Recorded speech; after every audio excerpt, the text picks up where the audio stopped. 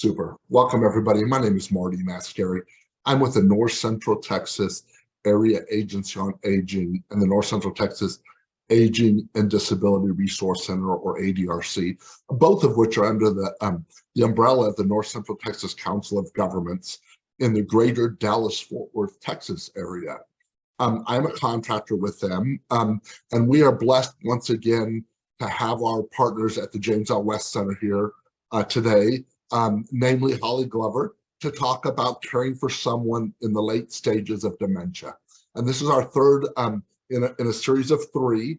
And I will be sending out, I sent out yesterday an email, but I'll be sending out again in the follow-up email. I will include the links to both the recordings and the slides for early and middle stages, the two previous ones, so that when I finally get this one up, and I send the second email out, you should have the links to all three of them in the series. But before we get started, we're going to talk about CEUs. For those of you that are joining us today that are looking to obtain CEUs for your license or a certificate of attendance, we are set up. Actually, James L. West Center is gracious enough to provide the CEUs for these webinars, but they're set up to provide them for licensed nurses, social workers, and LPCs in the state of Texas. I have had people get certificates from us on my end and use them for other licenses within Texas and outside of Texas, but just please note there's no guarantee. They're set up for the three licenses in Texas, and that's, we know they'll cover. In addition, there's offering certificates of attendance. If you'd like one of those, the guidelines are the same. You must complete the entire live webinar. It's good for 1.5 hours of CEU credits. You must also complete the SurveyMonkey evaluation that will be sent to you via the follow-up email, and that will probably go out tomorrow morning. But the SurveyMonkey please note that one is required if you were looking for CEUs or a certificate of attendance. The SurveyMonkey will be available to you to the end of the day on 6/21. The certificates will be emailed to you. Please give them 3 to 4 weeks to get these out to you. It is a tedious process, let me tell you. And so, especially when we've got 200, close to 200 people on these, it is a tedious process. So please give them about 3 or 4 weeks. And then also there's a Google survey that should give you the opportunity to fill that out as you close out of Zoom today. If not, the Google survey link will also be in the follow-up email. But I want to make sure you deviate between the SurveyMonkey and the Google survey. They're two different surveys. The Google survey helps us report back to our funders on the goals and objectives we set forth when we applied for the funding to put on these webinars. So at this point, I'm going to turn it over to Holly Glover and let her talk to us about caring for someone in the late stages of dementia. Thank you, Marty. And like Marty said earlier, and those of you that are just coming on, this is the third in a series, but he's going to send out the first two because we've done caring for someone in the early stages and then caring for someone in the middle stages. So let's get going. And again, I apologize for not being able to get on. We got to have a hiccup. That's what makes things exciting. So here's the information on the West Center. If you are interested in more information, it's also a way to contact us. We're long-term care, only memory care. That's all we do here in Fort Worth. We also have a day program, respite care, and we'll very soon have a short-term rehab. All right, let's get started. So the late stage of the disease. We talked 2 months ago about the early stage of the disease. We call that normalization. We're going to try to keep things as normal as possible, and we're going to do a little review on early and mid in just a minute. And then that middle stage of the disease, we call that supportive because we're coming alongside them. They're now needing help with just about everything. But the late or end stages of the disease is really called the sensory stages of the disease. They are still able to communicate with us through their senses, and they can still understand using their senses because of the part of the brain, let's just go right to that, that controls the senses. It is most definitely damaged, but as we've talked about earlier, that amygdala in the brain stays intact much, much longer than the hippocampus, which holds facts. The amygdala, which holds feelings and emotions, stays intact in most people through the disease. So even though they may have what appears to be a flat affect, and they might not even appear to be there, I've heard people say it's like they're not even there. They're most definitely there. Yes, they are there. They may not be able to show that on their face, but feelings and emotions stay. So what we're doing is we're accepting and adapting to a new reality. Here's that brain picture that we use often. The one on the left, a normal 3-pound brain. The one on the right is at the end of Alzheimer's disease, the most common form or type of dementia. Notice the difference, and how in the world could we expect that person on the right to behave or act like the person on the left? Or even be able to move or speak or take care of themselves like the person on the left. And this stage that we're talking about today, we'll find during the end stages, they do become total care. And we'll get very specific with that. So we're going to overview here at the beginning. We're just going to overview dementia, early, mid, and then we're going to deep dive into late stages. Again, just a review with dementia.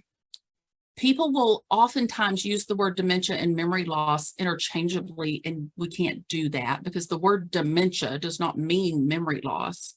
In fact, a person has to have at least 2 brain functions that are affected for a person to even be considered for a dementia. And here's some of those brain functions.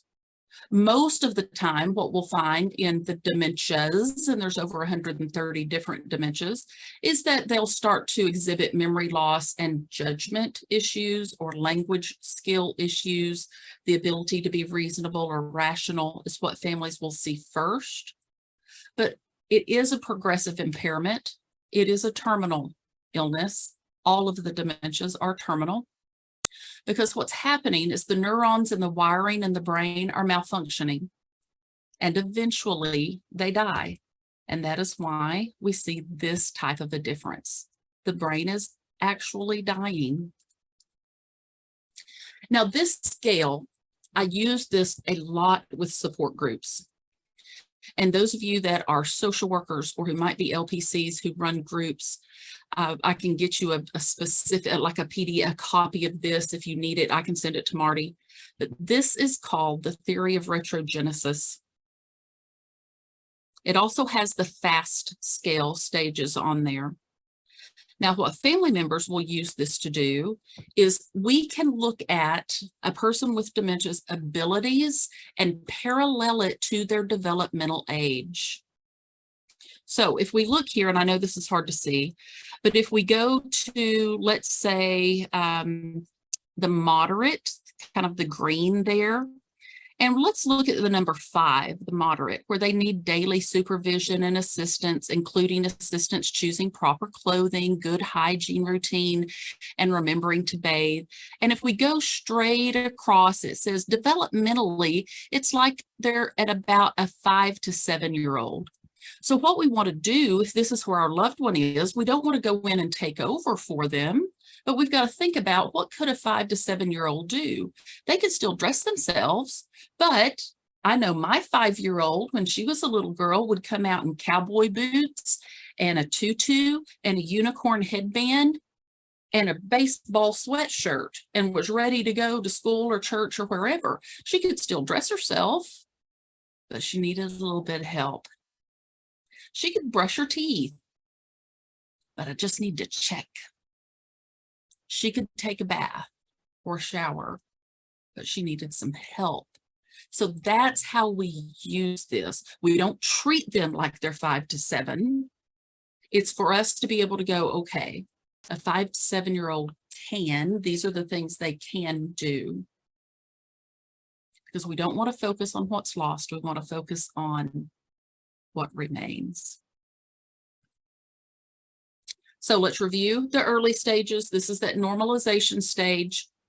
This is when families are first going to start seeing, could it possibly be? And most of the time, families will get their eyes checked first, get their hearing checked first, and that's all a good thing. Because we need it to be anything else other than dementia.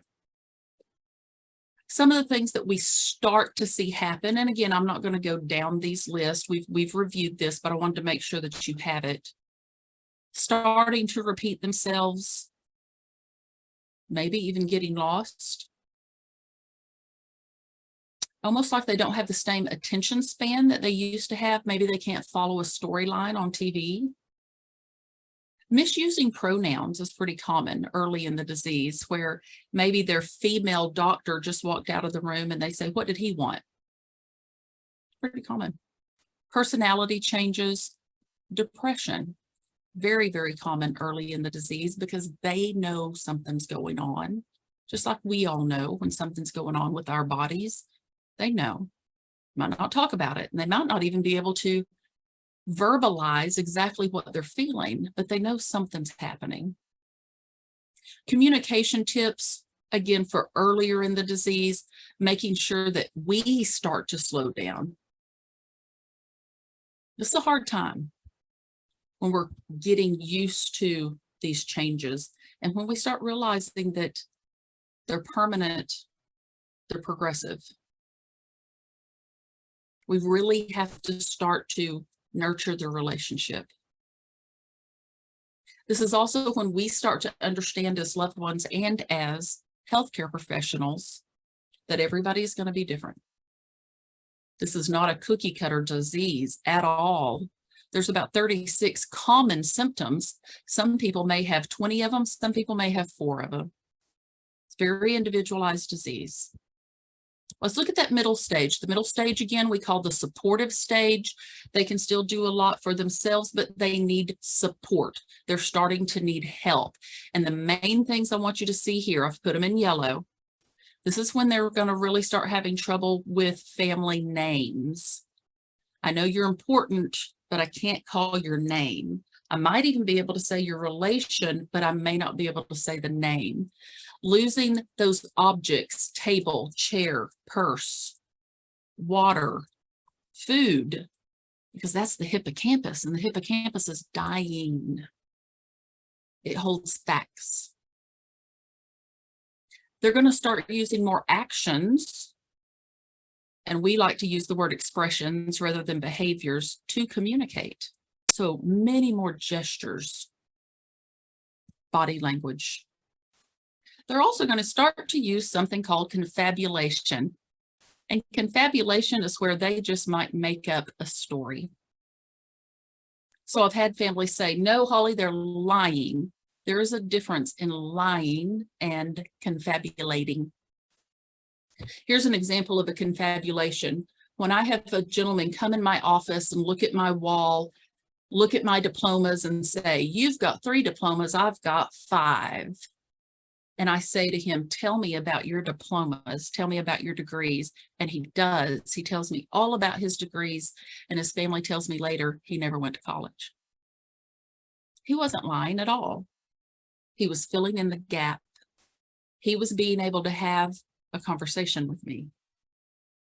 It doesn't matter if it wasn't true. We made a connection during that time, and I didn't correct him. I said, tell me about it. Tell me about your degrees. Tell me about your schools. And we connected. So we don't want to correct. Loss of impulse control also. And then communication tips during those moderate stages. Something to keep in mind is a person is going to be able to read longer than they're going to be able to comprehend. So if you're using written notes, just be careful, because there's going to be a time that they're going to be able to look down at it and they're going to be able to say the words. They can read it, but they're not comprehending what they're reading. So earlier in the disease, a lot of people will use written notes, even on drawers or cabinets, to help their loved one find things. And then all of a sudden they're putting the spoons over here where this goes, and they're putting stuff in the wrong place, because even though they can still read it, they're not comprehending what it is. In those middle stages, we start to use yes, no questions and one question at a time. We really start to read their body language back to us, because they may have a furrowed brow and be bent over holding their stomach. And we say, are you hurting? And they say, no. No is one of the first 5 words that most people learn, but we read their body language and go, yes, they are hurting, but they can't find that word. We have to start looking at what feelings and emotions are being expressed rather than the words that are being said. Lots of visual gestures and cues in the middle stages. They will mirror in the middle stages. They will shadow you as well in the middle stages. And again, nurturing the relationship. Okay, let us deep dive into late stage. Those of you who've been on these programs know I don't read slides. I don't read slides. I know you know how to read, but today I'm reading a few slides because I found from Dementia Care Central some information that we just need to hear it. So I've put them on the slides, but I want you to hear this. This is some of the best descriptions I've ever found of late dementia. So please hear this. In late stage dementia, also known as advanced dementia, individuals have significant issues with communication. They may not verbally communicate at all. The end stage of dementia is the most difficult stage for those with the disease, and also for family members, caregivers, and healthcare professionals. They will likely forget family members' names. It's possible they may think they're in a different time period altogether and revert back to childhood days. Remember that theory of retrogenesis we looked at earlier. It may be too difficult to walk, and extensive help is needed for daily living activities, including personal hygiene and eating. At the end of this stage, the individual will most likely be bedridden, and this severe stage of dementia lasts statistically between 1 and 3 years. A person in the last stage of dementia requires a significant amount of care. Assistance and supervision is required 24 hours a day.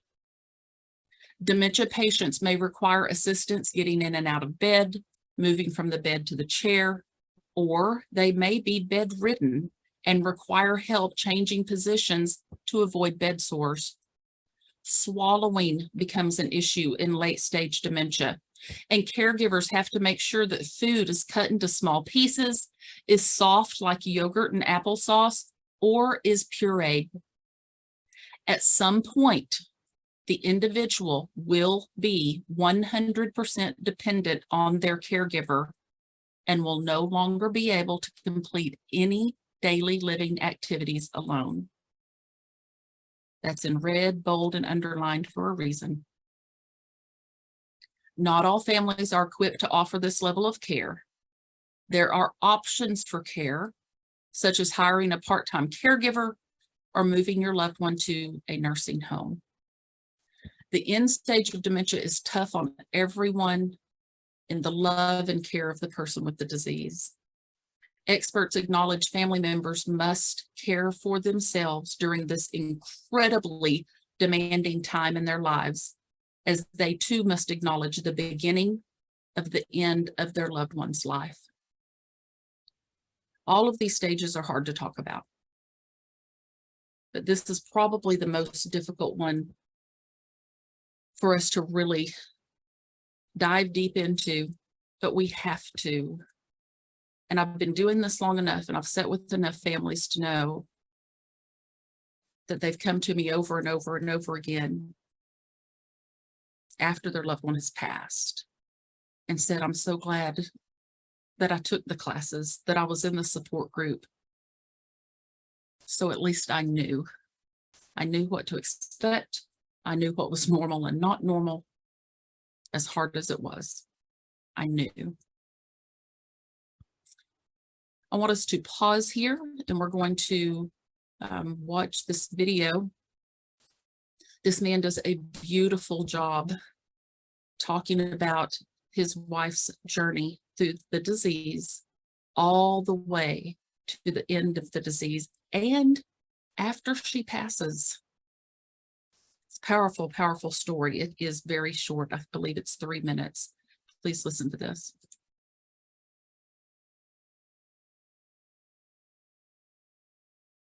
This still is to me, Jan. Died on the 22nd of August, after probably around about 25 years with dementia, right from the very first sign to her passing gently in her sleep, peacefully. I can think of no more difficult situation than long-term dementia. I really can't. I've had family members with cancer, I've had family members with heart problems, all sorts of stuff. I can't think of a single thing which is worse than dementia, because with dementia, there is no hope. In truth, I'm rejoicing that she's free of it and that she's at peace now.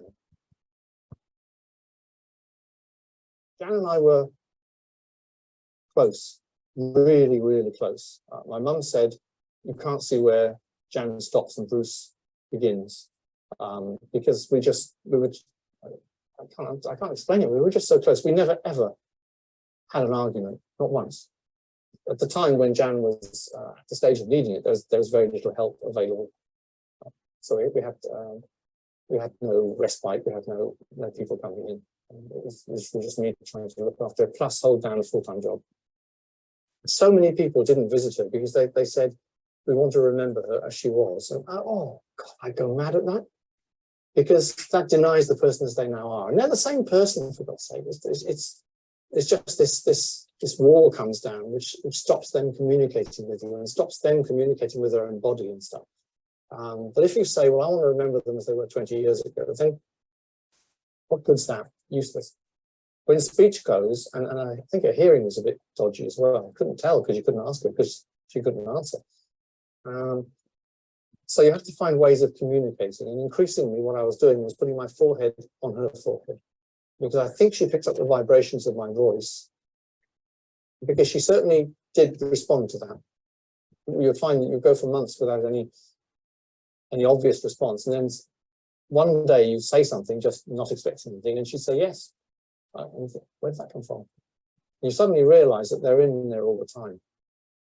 They just haven't got the means of getting out, and what you've got to do is you've got to try and, more than ever, get into their worlds and try and find some way of making contact. At the end, August 16th, Jan stopped eating and drinking. I spoke to the GP, and the GP said, I think she's just tired of it all. So 6 days later, she passed away, but I spent the last days with her all day long, holding her hand, talking to her. And that was a really important point. I had the opportunity to be with her, and it gave me time to say all the things I needed to say to her. In all these things, I'm looking at Jan with dementia, and I want to get back to Jan before dementia. So, and that's already happening. I was on a walk the other day. Well, I like to walk around a little bit, and I got a kind of a sliver of Jan as she was way before dementia came. And so I think she's coming back to me now.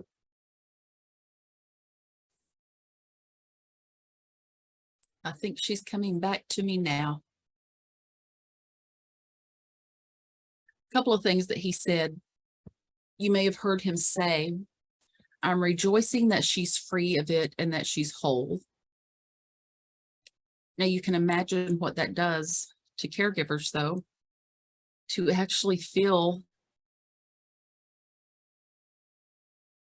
some freedom or even some joy or peace after their loved one passes.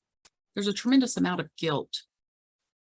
And what I work with families a lot on during this time is that we are never, ever praying that our loved one die, because families will come to support group or come to me individually and say things like, I feel so guilty because I'm praying that they die. And I remind them, you're not praying that your dad die or your husband or your wife or your mother die. You're praying this disease be over. There's a difference.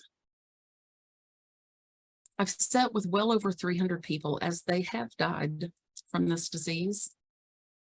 And the number one thing that is said after that last breath is they're at peace. They're whole again. He also mentioned putting his forehead on her forehead and talking to her during the end stages. That is powerful. That's so powerful. And I'm glad that he mentions it as a caregiver, because we tend to stop touching people in the later stages of the disease. And that's when they need our touch the most. That theory of retrogenesis I showed you earlier. If we did have a child under the age of 5 and they fell or they were hurt or they were crying, what would we do? We would pick them up and hold them and rock them and touch them and stroke their head or hold their face. And we stop doing that with people with dementia, and that's what they need. I'm forever telling families, get in the bed with your loved one. Lay down, put your body next to their body. They know you're there. That amygdala is intact. We know that. He even said, she's in there all the time. She just doesn't have the means of getting out to me. So I have to go to her world. And by the end stages, we figure that out. We have to go to them. They can't come to us. You may have also heard him mention that for 6 days, she didn't eat or drink before she died. This can be a really, really hard time, but something we have to understand at the end of dementia, at the end of the disease. The first system that stops working is digestion. Because if we're really honest and we think about what is food, what is water, it's our fuel. It's what keeps us going. And the body knows when it's time to die. We just happen to live in a world that doesn't like talking about this kind of stuff. So the body knows when to stop eating. And this sentence is really, really important. A person with dementia doesn't die because they stop eating. They stop eating because they're dying. And there's a difference. Let me say it again. A person with dementia does not die because they stop eating. They stop eating because they're dying. They don't need the fuel anymore. Now, normally it is 3 to 5 days. That's pretty common to go 3 to 5 days of sitting bedside with somebody who's passing. About 80% of the time, that's what will happen. Only about 20% of the time does somebody just die in the night. I know that's what they show us on TV, but it just doesn't happen that often. About 20% of the time, they'll just die. But about 80% of the time, we're going to have that 3 to 5 days of sitting bedside with them before they pass. And he said with her, it actually was 6. Let's look more at the changes that we're going to start to see as our loved ones, our residents, our clients, our patients move from the moderate into the late stages. We've seen already the problems with communication. They may get to the point that they're down to less than 10 words. One word that stays for almost everybody is no. And again, that's one of those first words that we learn. So it's one of those that stays with us. Sometimes people will still have home. They may say home an awful lot. And it can be easy for us to think, oh, they want to go home. They're not talking about the home that they just came from. Sometimes, especially middle stages of the disease, when they're talking about home, it's the home they grew up in. Because we can look at pictures and they'll talk about that being home. But I firmly believe that at the end of life, the home they're talking about is not any place that we could take them to. Just seen it too many times. We also start to see a lot of weight loss. They don't eat as much. They can't eat as much. Think about what tells the body to metabolize the food. You remember what that brain looked like that we looked at earlier? It's dying. The brain is dying. Skin tears and bruises are really common. That's why if we're not trained in how to properly move someone or lift someone, we can cause a horrible bruise or skin tear that we didn't mean to, because their skin just becomes like paper. Difficulty swallowing. You'll see this over and over. We've got this little flap in our throat and it just doesn't know which way to go anymore. And it's really common for someone to develop something called aspiration pneumonia. So we've got to be careful with their liquids. They may have to see a speech therapist to have swallow studies done. So many times we'll hear speech therapy and we think that's all about talking, but speech therapy does so much more. They can do swallow studies and tell us about thickened liquids and even teach us how to do that. They're also going to start to sleep more, and they may sleep up to 20 hours a day, just like a newborn or an infant would sleep 20 hours a day. Their body is changing and it just needs to rest. You also heard the man in the video say that the doctor had said about his wife, I think she's tired and needs to rest. That's actually what I say to residents as they're passing away. It's time to rest. It's just time to rest. They're tired. This is a hard disease.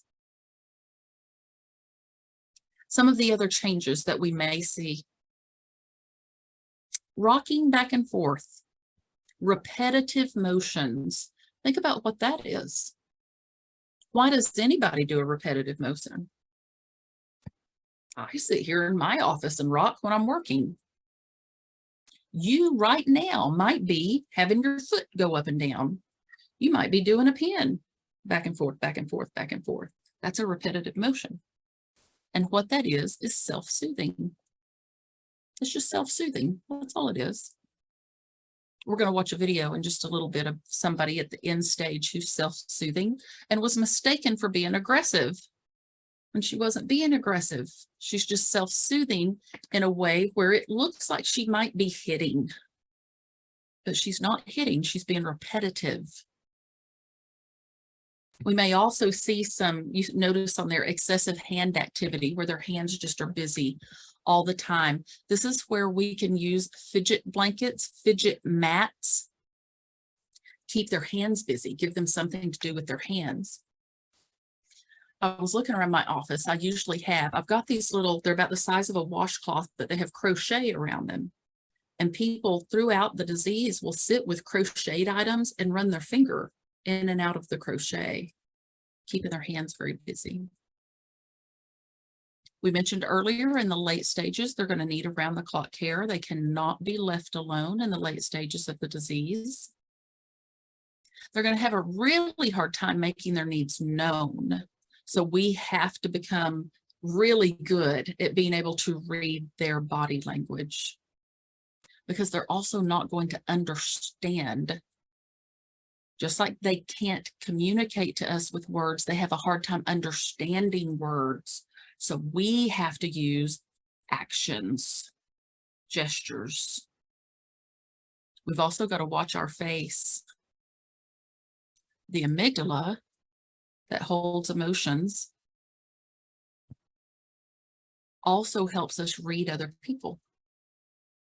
That's how we can look in a person's face and read their face. And if we've got a furrowed brow or we are looking, they're going to pick up on that. Boy, we saw this a lot during the pandemic when we're walking around with masks and we were having that furrowed brow. And we saw residents reacting to us, to our tone and actions and how fast we were moving. Another thing that's on this particular slide is incontinence at the end of the disease. In stages, the person will be completely incontinent of bowel and bladder. Some other things to expect at the end stages, and some of this repeats. Fine and gross motor skills are affected. Most people at the end stages of the disease are no longer walking. They might be able for a while to assist from chair to bed, like a stand to a sit stand. But as the disease progresses, they will eventually, if they live long enough, be bed bound or chair bound where they can't help at all. That's really, really hard when we're trying to keep somebody at home and we're not trained on how to move, shift, dress someone who's in a bed or in a chair. The doctor can actually order, you can have physical therapy and occupational therapy come in, and they can teach you as a caregiver how to lift and move without hurting yourself. So the statistic that, again, many of you have heard us say, that 68% of the time the caregiver will die before the patient. A lot of times it's in care of somebody who's at the end stages. I had a support group member who was doing her best to give her husband a shower in a shower chair, and he started to slide out. He fell on her and she broke her hip. A bad break. And now the family was looking to have to place her in rehab and have surgery and place their dad, who was at the very end of the disease. Because she wouldn't ask for help. She could do it herself. She'd been doing it for years. And she needed help. Now, another thing at the end of the disease is it's pretty common that we want to go up to our loved one and say something like, "How are you doing?" And this is hard for us to understand, but a person at the end of the disease doesn't know how they're doing. Think of it this way. If you had a 2-year-old, an 18-month-old, who could look you in the face, they know when you're talking to them. But if we said to an 18-month-old, "How are you doing?" they're not going to understand that. There's where that theory of retrogenesis really comes in. Our expectations of what they're capable of doing. We can't quiz a person with dementia. They're not going to be able to be very social at this stage. And so what we find ourselves doing, and we have to get comfortable with it, is setting time, holding their hand, listening to music, brushing their hair. One of our support group members talks about when her loved one was at the end of the disease, she would take her to the end of the hall in front of a big window that looked out at the school across the street, and they would just sit. Because time doesn't mean the same thing to somebody with dementia. It's us that gets uncomfortable with, we've been doing this for 45 minutes. And they're okay, they're fine. It's quiet, we're outside, the sun's coming in. It's simple. We're the ones who can make it difficult when they just need it to be simple. We've got 18 schools who come through here at the West Center, and I'm over the students. And one of the things that I really talk to the students about is being able to slow down, get rid of this thing, this phone, and just be quiet and be with a person at the end stages of the disease. And it's amazing the results that come back from those students who go, "I just held their hand and we sat there and we rocked together for 30 minutes. It was amazing." So they've never done anything like that before. Now, a person at the end stages of the disease is going to be even much more vulnerable to infections than someone in the beginning or middle stages. Pneumonia, urinary tract infections. We've talked about aspiration pneumonia. That's one of the top 3 ways that a person with dementia ends up dying. But another one is becoming septic from something like a urinary tract infection. Now, I want you to think about why this happens. You could have them on antibiotics every day, all day long. What tells the antibiotic to work? Think about it. Brain does. And we saw the pictures of what's happening to the brain. Eventually, it doesn't matter how many antibiotics you give them, they're not going to work. They won't work anymore. The body doesn't know what to do with it anymore. The last place we want to have somebody with dementia is in the hospital, but I've certainly had families choose to go to the hospital and get on IVs, IV antibiotics at the end of the disease just to see if it'll work. And they generally come back, and because they want them to, they don't want them to pass away in the hospital. Let me put it that way. Who wants to be in the hospital? Hooked up with needles, people coming in and out.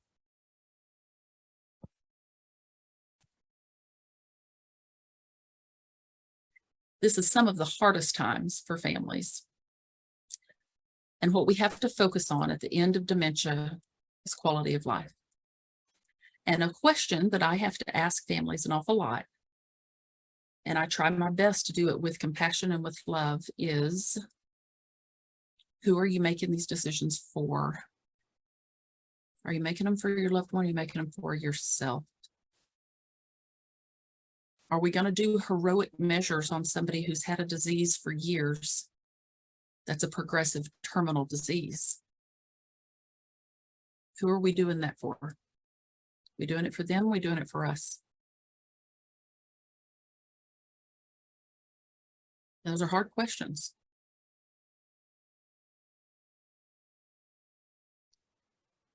We have to focus on those sensory approaches and their abilities. We may find that a person with dementia at the end stages during mealtime closes their eyes and they only focus on that food going in their mouth because that's all they can do is eat, because there's lights and there's noise and there's just too hypersensitive. And that's very, very normal for them to do that, to completely close their eyes. And it's not that they're asleep, it's that they can only do one thing at a time.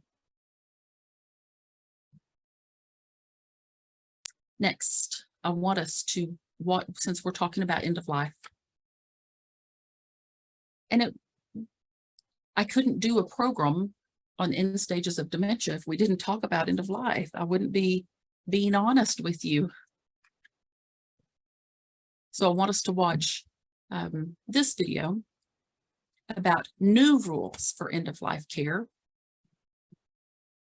We have an 11th hour program here at the West Center where I've got a team of people, volunteers, and we sit with our residents as they pass and the families. And that's a whole lot about what she's going to talk about in this, about what can end of life look like? What should end of life look like? Of knowledge of what to do That's in the middle of the video. or what to expect.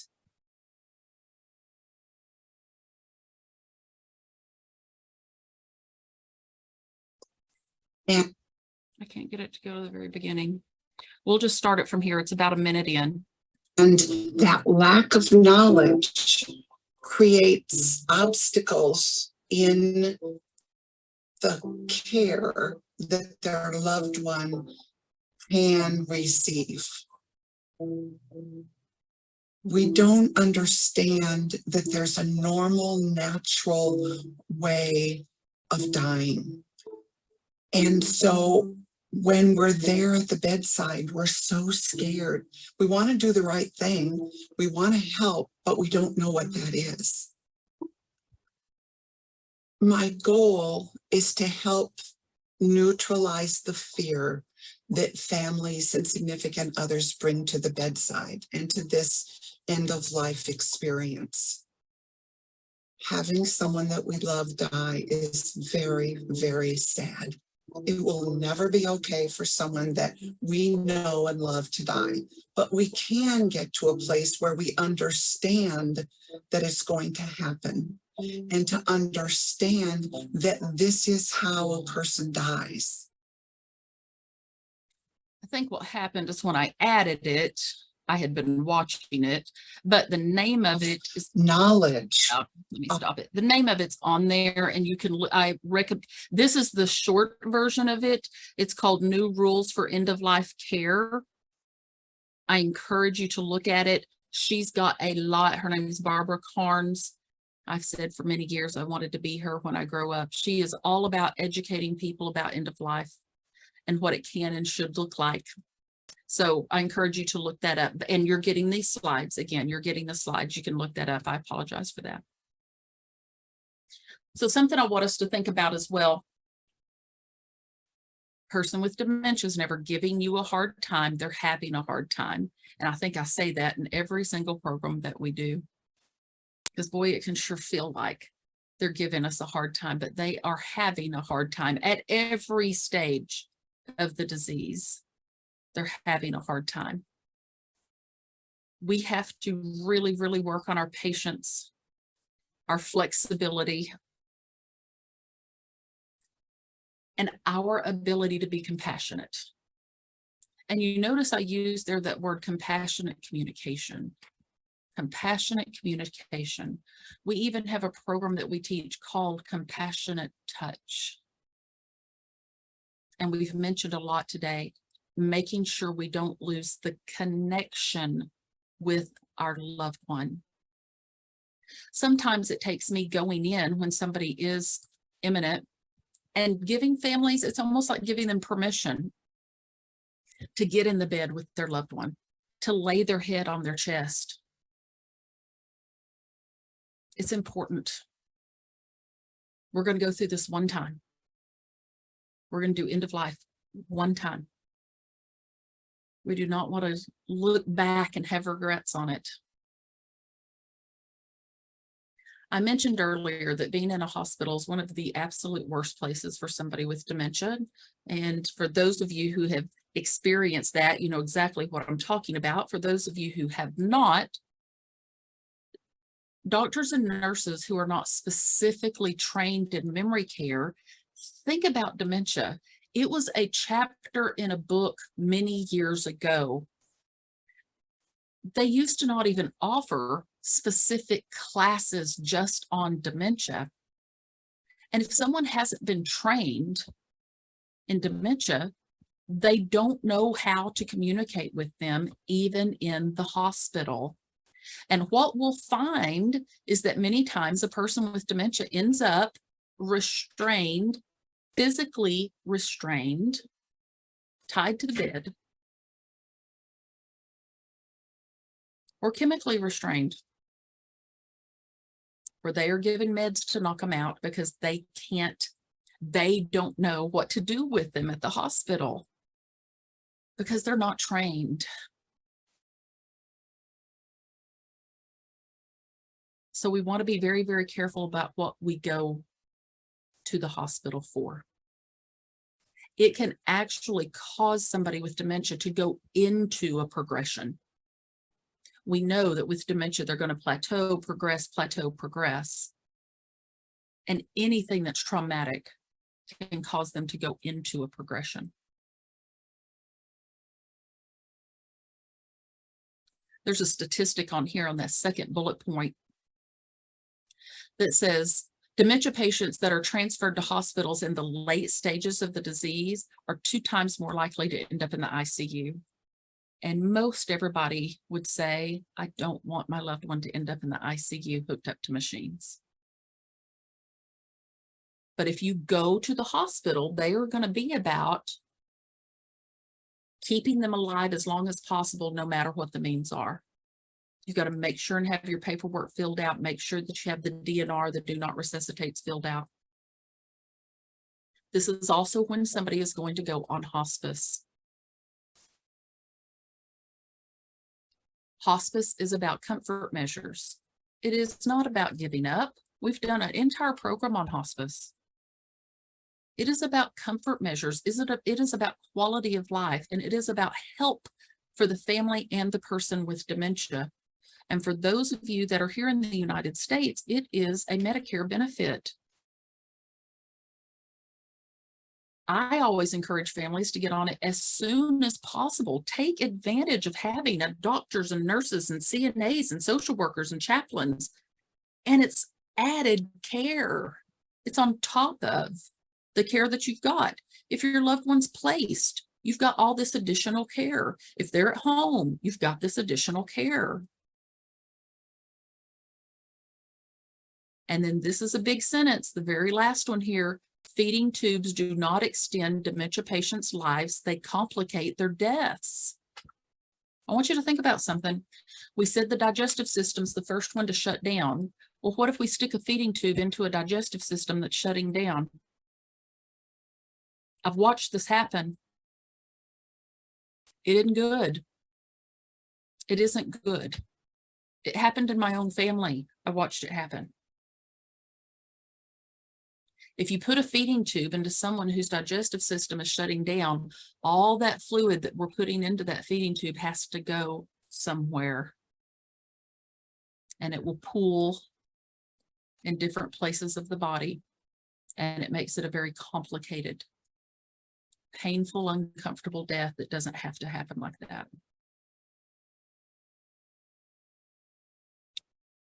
The way that we communicate with those in the late stages of the disease, nonverbal's the key. We are going to use a lot of body language, a lot of gestures, lots of facial expressions. I always say you can still have a complete and total conversation with somebody at the end of the disease, but you might not be using very many words at all. I was just visiting with somebody earlier. It's at the end stages of the disease, and I had my hands on his face. And I was talking to him, and he was looking me right in the eyes. We were communicating. There were not very many words being said at all. But we have a connection. Known him a long, long time. I've still got a connection with him. It's touch. Touch, sight, sound, smells, and taste is communication. Be careful about the environment. It can influence behaviors or expressions. Continue to nurture your relationship. It is the most important thing that you can do.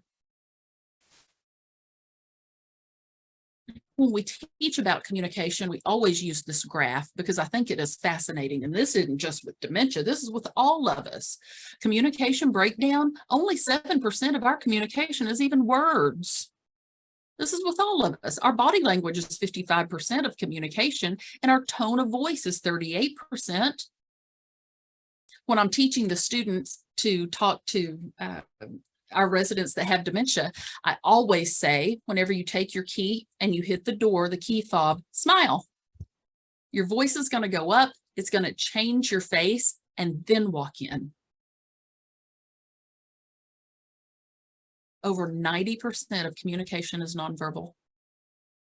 And by the end of the disease, we've been on this entire journey with our loved one. We figured this out. We just got to remember, as they continue to progress, we're going to use more and more of the body language, the gestures, our tone of voice is important. Some of the things to remember about communication, and this is with all stages, all stages. We're not going to be reasonable or rational with somebody with dementia. We're not going to argue with them. We're going to their world. Sometimes that means we're going to tell some therapeutic stories. We talked about that a lot in the early stages of the disease. We validate what they're feeling, we fix it, and we distract. Example I've used before, gentleman comes to my office, you're the one that took my money. Okay, sit down. I'm using the word okay because that means I heard you. Sit down, I'm calling the bank. I'm picking up my work phone, I'm calling my cell phone, I'm not calling the bank, but I've got to validate and I've got to fix what's wrong right now, because I can't be reasonable and rational and say, why in the world would I have your money? That ain't going to work with dementia. I'm going to call the bank, I'm going to get it fixed, I'm going to slam that phone down. Boy, I'm glad we got that fixed. Come on, let's go down here and get us something sweet to eat. Let's get some coffee. Let's listen to some music. I got some pictures on here of my little grandbaby. Food, music, animals, and children, the 4 things we distract with. So we validate the feeling, we fix it the best that we can. And many times that's with a therapeutic story, a lie, a fiblet, and we distract them away. But we're not going to reason, argue, or confront. This is important. A person with dementia is doing normal things for somebody with dementia. Families will say an awful lot. They've never done this before. Right. They've never been at this stage of dementia before. What they're saying and doing is normal for someone with dementia. We can't control the disease. We can only control how we react or respond to the disease. We would rather respond than react. And sometimes the difference in a reaction and a response is a single breath. A single deep breath. And I'm more likely to respond than react. And this 3rd bullet point is big because we have to remember that a symptom of dementia is memory loss. So they can't remember that they can't remember that they can't remember. We can. And they can't remember our reassurances. We have to keep saying them. We have to keep doing them. So let's say that I listen to all of this and I go and I spend 3 hours holding my loved one's hand and sitting in the sun and looking at the birds. And I do it again tomorrow. And I do it again the next day. I do it again the next day. I might even do it again this afternoon. Because they're not going to remember those reassurances. Even though their amygdala, their brain was still able to have some endorphins or some serotonin or some dopamine. They don't know why they feel this way, but they know they feel good after they've seen me. Just like they can know they feel bad after they've seen me. So we have to continue to reassure them. They're not lazy. They're not crazy. They didn't do this on purpose. This disease didn't happen because of something that they did. We don't know why some people get it and some don't. There's going to be days in the video you heard the gentleman say, while he had his head up against his wife's forehead, that all of a sudden she said, yes, plain as day. And then there's days that they don't. Their reality is very different from ours. We can't change that. Other communication tips, and this is again with all of the stages, we're never going to use that word remember. We're going to use the word okay, match their tone with that. And then we're going to fix whatever's wrong. And again, the distractions, food, the sweeter the better, their music, animals, and children. Now, we talk a lot about validation therapy with each of the stages of the disease, but it is most important at the end stage of the disease. That middle, that second bullet point there. What is validation therapy? It's where we validate or we accept our loved one's reality, even if it doesn't fit into ours. We have to go to their world. Their mind is playing tricks on them. It can make somebody who they've always loved, a spouse or a child, it might turn them into a stranger, and they might be afraid. Family might not be family anymore. They may look in the face of their husband or wife and call them mama or daddy, especially at the end of the disease, because if I'm at the developmental age of a 5-year-old, I don't have a wife or a husband, but I've got a mama and a daddy. And this is my important person. And so my wife becomes mom. It's really common. They're going back to who they originally were. And I wasn't a grandparent, I wasn't a parent, I wasn't a husband or a wife, but I've always been a son or daughter. Now, I mentioned that validation therapy earlier in the video that we're going to watch. This particular woman in this video, there were people who didn't want to work with her anymore because her repetitive motion could look like she's trying to hit. She also has been nonverbal for a very long time. But Naomi is going to come in and work with Gladys, and Naomi is the one who coined the word validation therapy back in the late 1960s. She's still working today. You can find her online.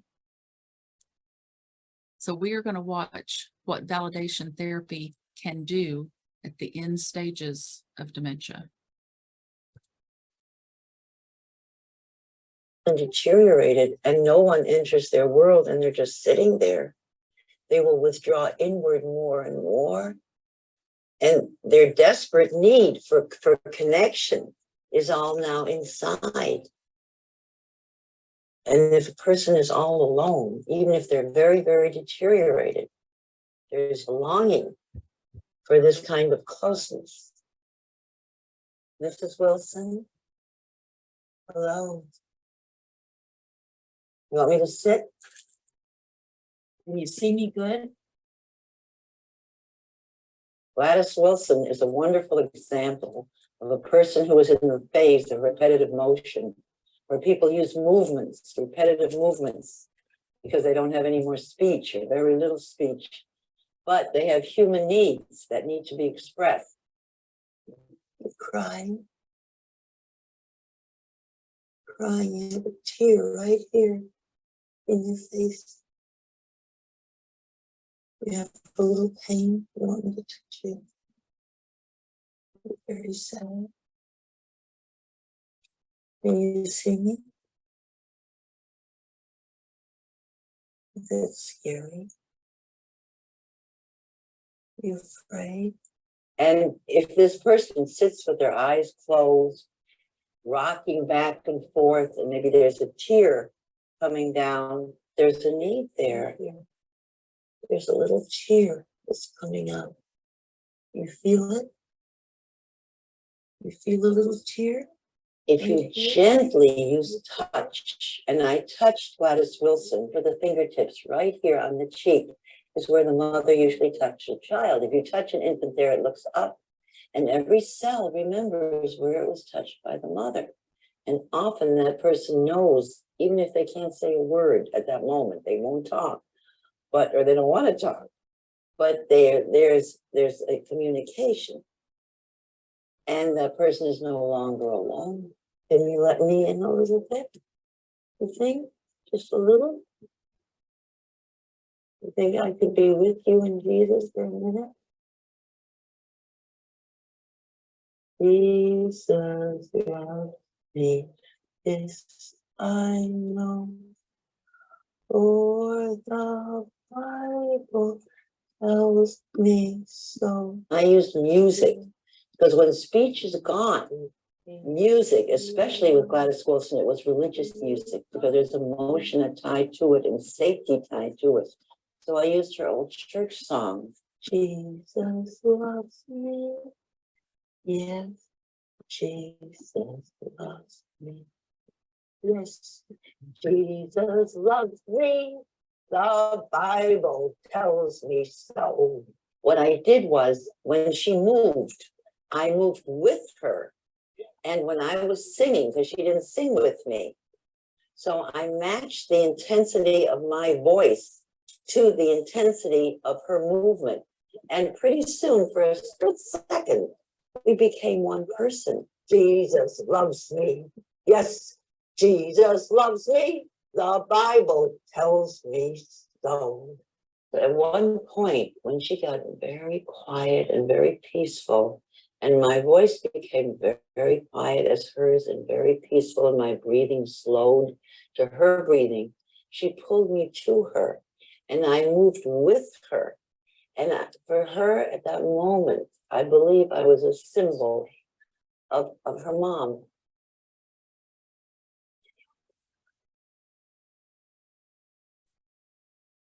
Say more. Yes.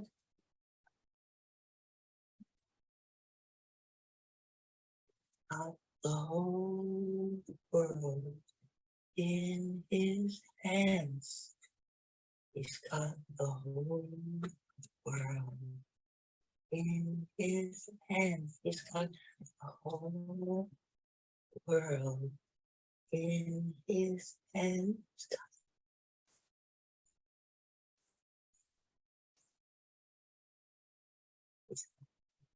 And the fathers.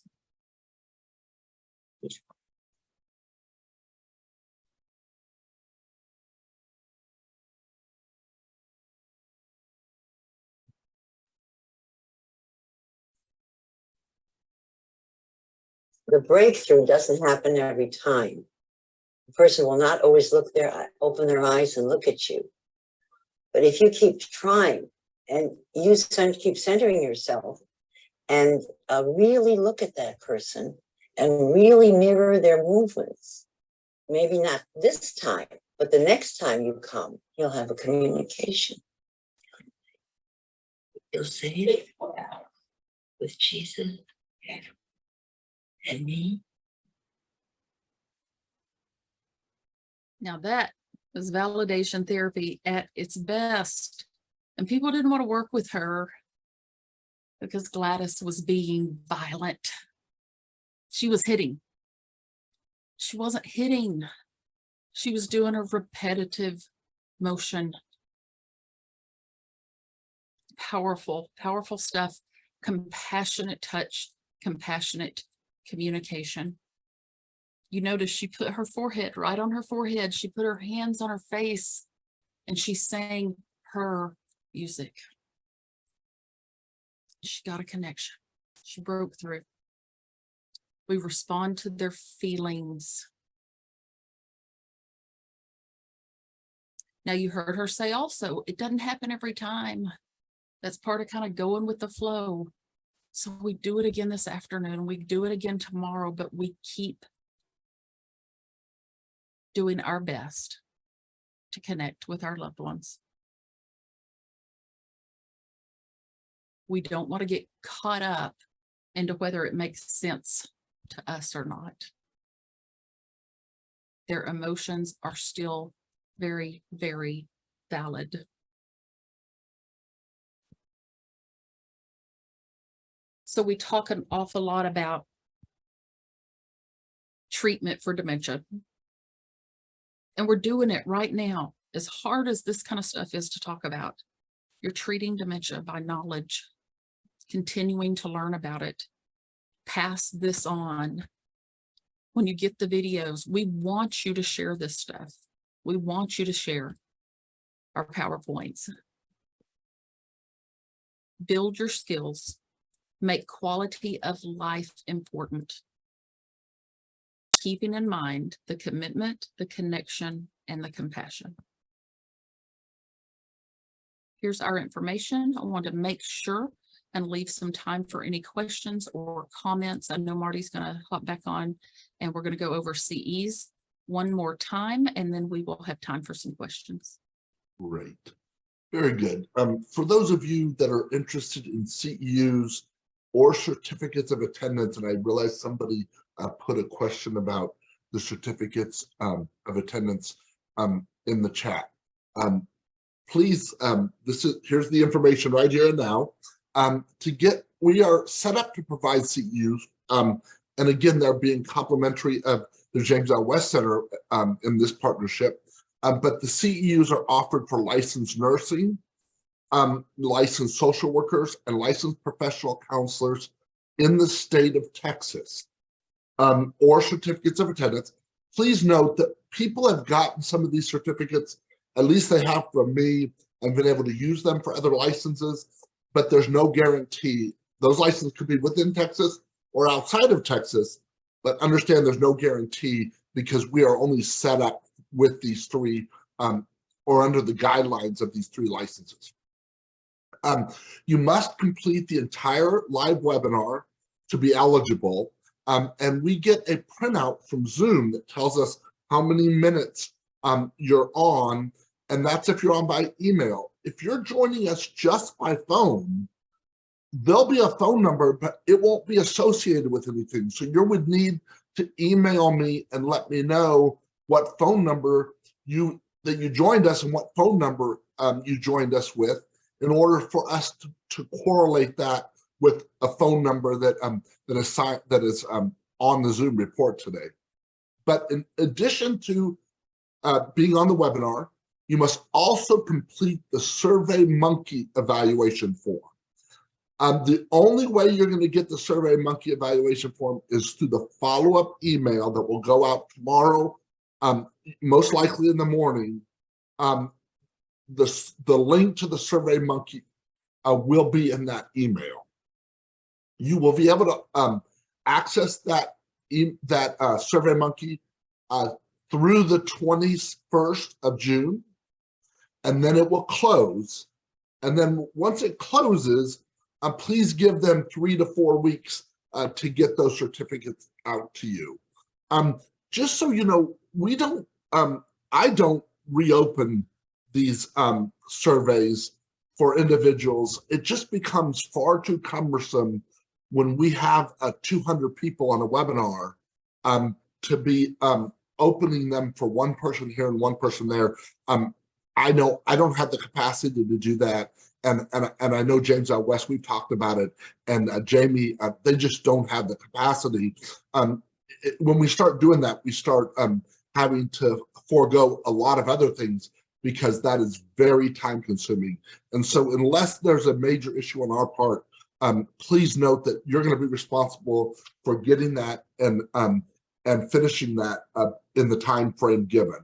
If you don't receive it in the next day or two, reach out to me to get it, but you must complete it before the deadline. The other thing is, we asked you to complete the Google survey. That should pop up as you close out of Zoom today. If it doesn't, that one will also be in the follow-up email. And that helps us report back on the goals and objectives we set forth when we applied for the funding to put on these webinars. Holly, I hope I gave you a little bit of time to read the questions. Yep. Sure did.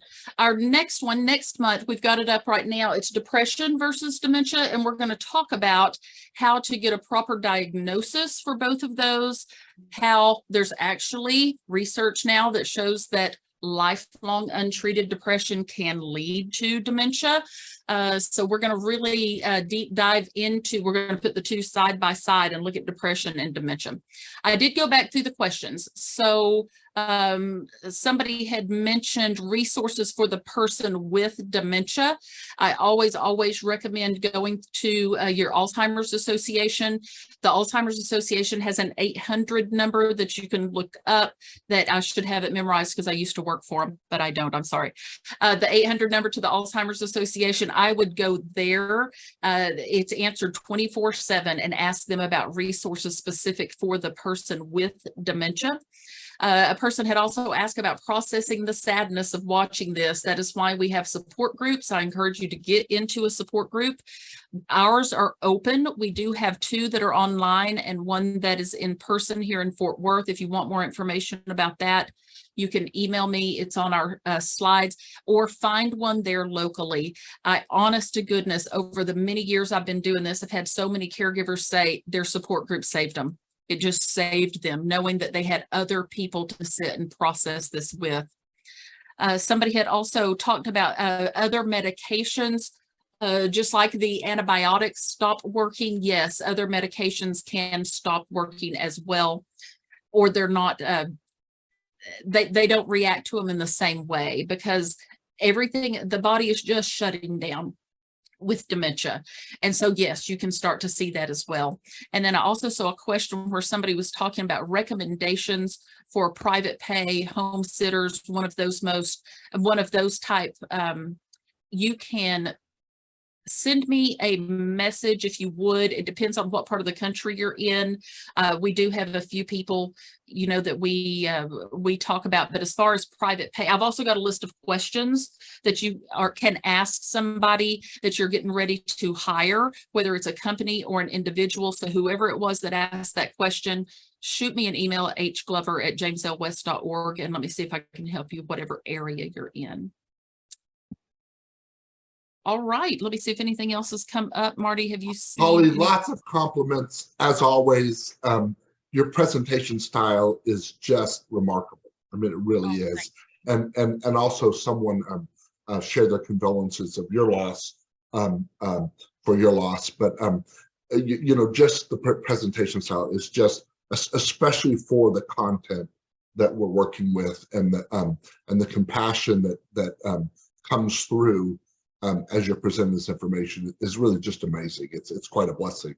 And so I want you to know that there's several here that talk about that. So we sure appreciate it greatly. Thank you. I think that's everything. I think we've got all the questions answered. I see one in the Q&A, Marty. Medications like Aricept and Namenda for moderate to late stages. Actually, typically, Aricept, Namenda, Exelon, we don't see used as much in the moderate to late stages. We typically see that used more early. And the other research that's come out on all of those is that it seems to work for 20 to 24 months, some people 18 months. Now, I've known people that have been on it for years, but whenever you look at it, a lot of doctors will start to come off of it after 18, 20, 24 months, and the families won't see a change. So, but it's not commonly used into the later stages. Great. I think we've got everything. I did put in the chat earlier two different links. I know they were having problems with the first one, but I put in another one that's to our YouTube channel that has all of the previous webinars, including the one on hospice that we have done. And I will also, that is also, just so you know, the link to our YouTube channel is at the bottom of all the mass emails I ever send out. So you can always access that information from any of my emails. Please look forward to the follow-up email that will go out tomorrow morning. Once again, if you're joining us only by phone, please send me an email and so that and you'll need to add the phone number there so we can correlate the phone number to an email address so that you get that information. Thank you all so very much. Holly, thank you once again. And you all have just a great day. Thank you. Bye-bye, everybody. Bye-bye.